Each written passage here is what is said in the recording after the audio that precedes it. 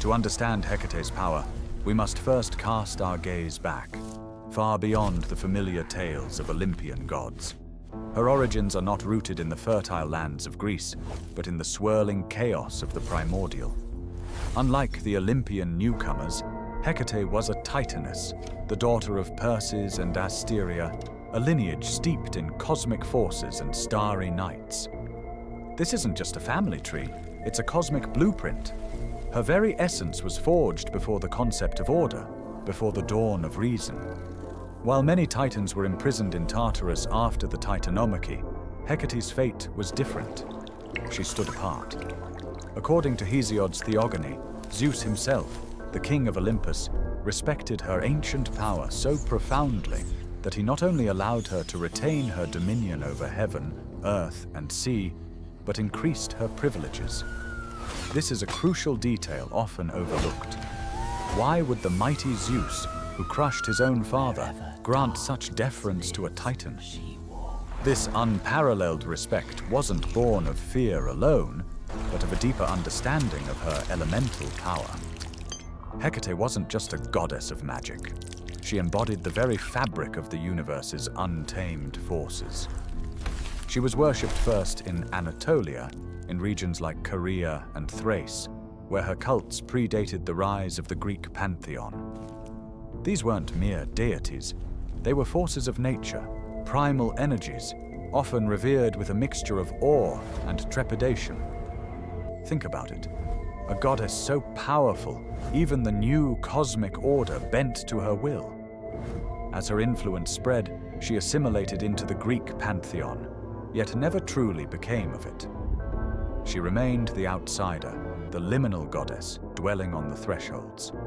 Her epithets speak volumes: Chthoniya, of the earth underworld; Enodia, of the roads; Phosphoros, light bringer, not of the sun, but of the torch that pierces the darkest night.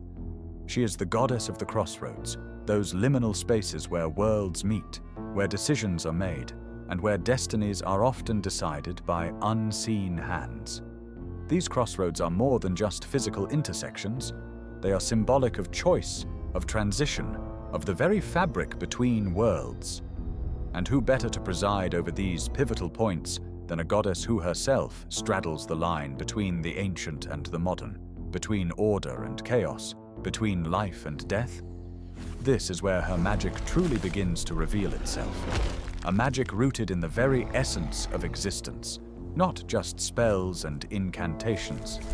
Her companions, spectral dogs that howl at the moon, polecats, bats, and owls, are not mere familiars.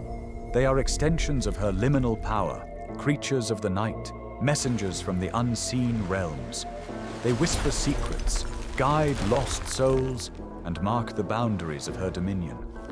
To truly grasp Hecate's dark magic, we must first understand the ancient, unyielding power she embodies, a power born in the void and preserved by the very king who sought to control all others.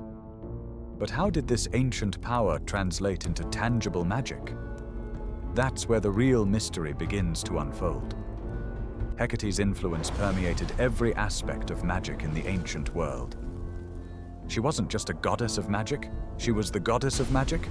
Her domains were vast, stretching from the mundane to the truly terrifying. The Papyri Graeca Magicae, ancient magical texts, are riddled with invocations to Hecate, seeking her aid in everything from love spells to curses of unimaginable power. Her most chilling domain, necromancy.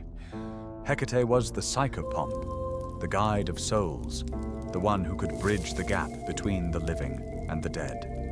Those who sought to speak with the departed, to extract prophecies from their shades, or even to curse them from beyond the grave.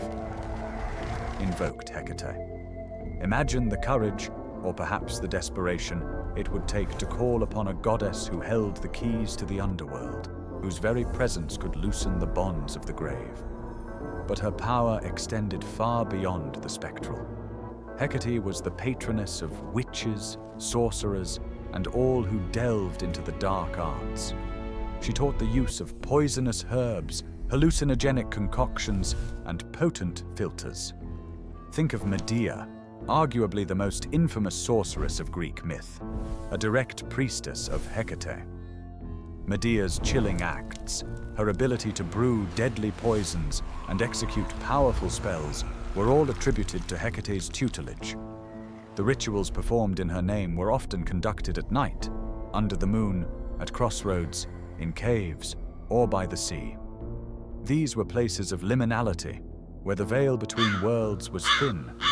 Offerings of garlic, honey, and even black puppies were left at her shrines, known as Hecatea, to appease her and seek her favor. These were not light-hearted offerings. They were acts of reverence and desperation, a recognition of her immense, often terrifying, power. Her symbols are equally potent. The torch, representing illumination in darkness and guidance through the underworld. The key, unlocking secrets and opening pathways to forbidden knowledge. And the serpent, a universal symbol of transformation, rebirth, and chthonic power. The triple aspect, seen in her three faces or three bodies, symbolizes her dominion over the past, present, and future, or perhaps her ability to see into all realms simultaneously, a truly terrifying omniscience. But Hecate's magic wasn't solely destructive. She was also invoked for protection, particularly for travelers on dangerous roads and for those facing ill fortune. She was a guardian against evil spirits, a protector of the vulnerable. However, even her protection came with a dark edge. To call upon her meant inviting a force that blurred the lines between light and shadow, a force that demanded respect and often fear. Her aid was rarely given without a price, spoken or unspoken. The true power of Hecate's magic lies not just in its individual applications, but in its ability to transcend boundaries. It is the magic of the liminal, of the in-between. It is the magic of the moon, which pulls the tides and illuminates the night, but also governs the deepest, most unconscious parts of the human psyche. It is the magic of the dream world, of omens and portents, and of the terrifying unknown that lurks just beyond our waking perception. Ancient astrologers and mystics saw Hecate's influence woven into the very fabric of the cosmos, particularly through lunar cycles and specific planetary alignments. Her rites were often timed with the dark moon, when its absence from the sky represented the deepest connection to the underworld and the unseen realms. This isn't just superstition. It's a profound understanding of natural cycles and their hidden energies. So, what was the true extent of Hecate's power? What secrets did her devotees truly unlock, venturing into realms forbidden to ordinary mortals? We've only scratched the surface of her ancient magic. But the question remains, if her power was so absolute, why is her name not as ubiquitous as Zeus or Poseidon? What did the patriarchal world fear about her? And how did they try to suppress the knowledge of her dark, undeniable might? The answer lies in the slow, insidious erasure of her cults. But don't go anywhere, because what they tried to bury, we are about to uncover. Hecate's power was undeniable, but as the world shifted from the ancient pagan religions to the emerging monotheistic faiths, particularly Christianity, her cults faced immense pressure. The emphasis shifted from the mysteries of the underworld to the promise of heavenly salvation. The liminal, the dark, the mysterious, all that Hecate represented was demonized, stripped of its reverence, and branded as evil. Her torch, once a symbol of guidance, became the light that illuminated the witch. Her companions, the dogs and owls, became instruments of demonic pacts. The very concept of witchcraft as a malevolent force gained traction, and Hecate, as its ancient patroness, became a figure of dread. Her power wasn't gone, it was simply twisted, misunderstood, and used to justify persecution. This was the ultimate fear tactic, to take an ancient goddess and morph her into a symbol of pure malevolence. Even within Greek mythology, her prominence began to wane in later interpretations. While Hesiod praised her, subsequent narratives often marginalized her, reducing her role or omitting her entirely. This wasn't accidental. It was a deliberate effort to diminish a powerful, independent female deity who held sway over forces that patriarchal societies found uncontrollable and unsettling. The fear of Hecate was, in part, the fear of raw, untamed feminine power. Yet Hecate refused to be forgotten. In recent centuries, as interest in ancient myths and esoteric knowledge resurfaced, so too did Hecate.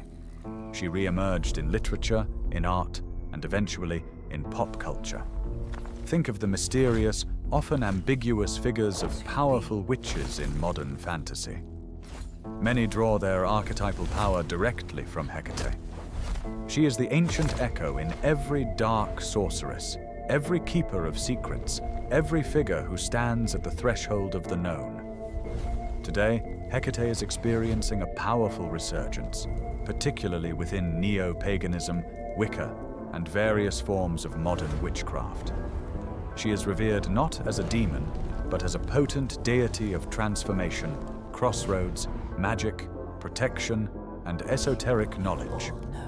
Practitioners invoke her for guidance through difficult transitions, for strength in facing shadows, and for unlocking their own intuitive and magical abilities. She is no longer just feared. She is actively sought out for wisdom and empowerment. The modern understanding of Hecate acknowledges her chthonic nature, her connection to death and rebirth, but reframes it as a necessary part of the cycle of life. Her dark magic isn't inherently evil. It's simply potent, untamed, and requires immense responsibility. It's about facing your own shadows, navigating the complexities of the unknown, and understanding that true power often lies beyond the confines of light.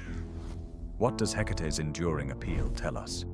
It tells us that humanity has an innate need to connect with the deeper mysteries of existence, to understand the forces that operate beyond our rational comprehension, to seek guidance in the darkest hours, and to recognize that true power often resides in those places we are taught to fear.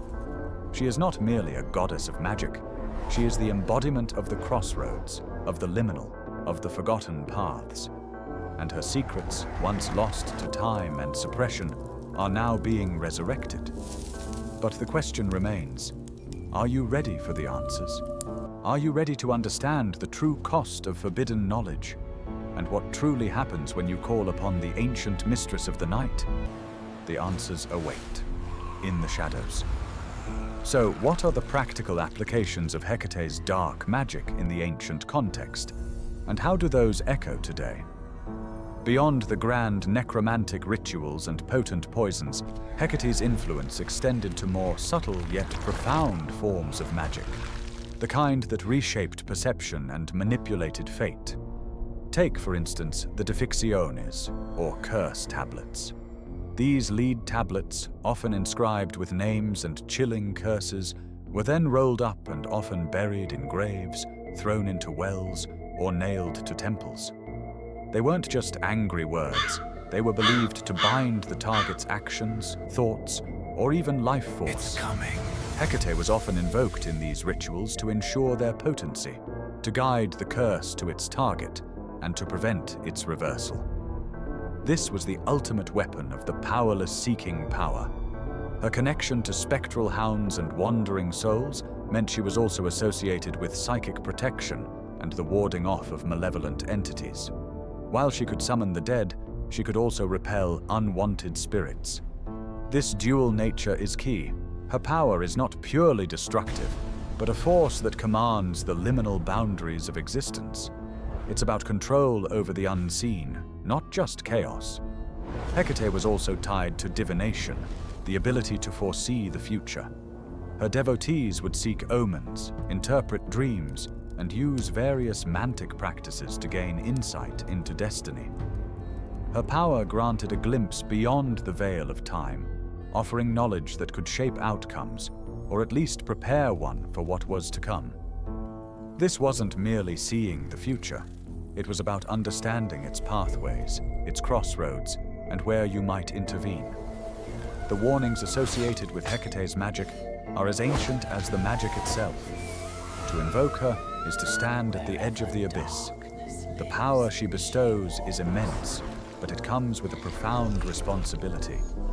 Misuse, arrogance, or a lack of understanding can lead to dire consequences. The ancients understood that meddling with forces of the underworld, with the fabric of fate, was not a game.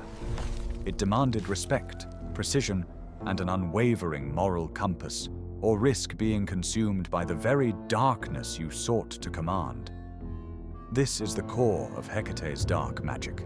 It is transformative, but transformation is rarely comfortable. It demands that you confront your own shadows, that you acknowledge the darkness within and without. It is the magic of consequence, where every action echoes through the unseen realms. And that, perhaps, is why it is so terrifying, and yet so utterly compelling. So, you asked about Hecate's secrets? We have unveiled them. From her primordial origins untouched by Zeus, to her dominion over necromancy, poisons, and divination, to her modern resurrection as a powerful, liminal deity. Her magic is the key that unlocks the unseen, bridges the worlds, and challenges the very fabric of reality. It's not just a collection of spells, it's a worldview, a terrifying yet empowering understanding of the universe. The secrets of Hecate's dark magic are no longer hidden. They are laid bare. Her story reminds us that true power often lurks in the shadows, in the liminal spaces we fear to tread. What other ancient mysteries, what other forbidden grimoires do you dare us to open? Let us know in the comments below. It's coming. And if you haven't already, ensure you are subscribed to Mythos Unveiled. The journey into the unknown has only just begun.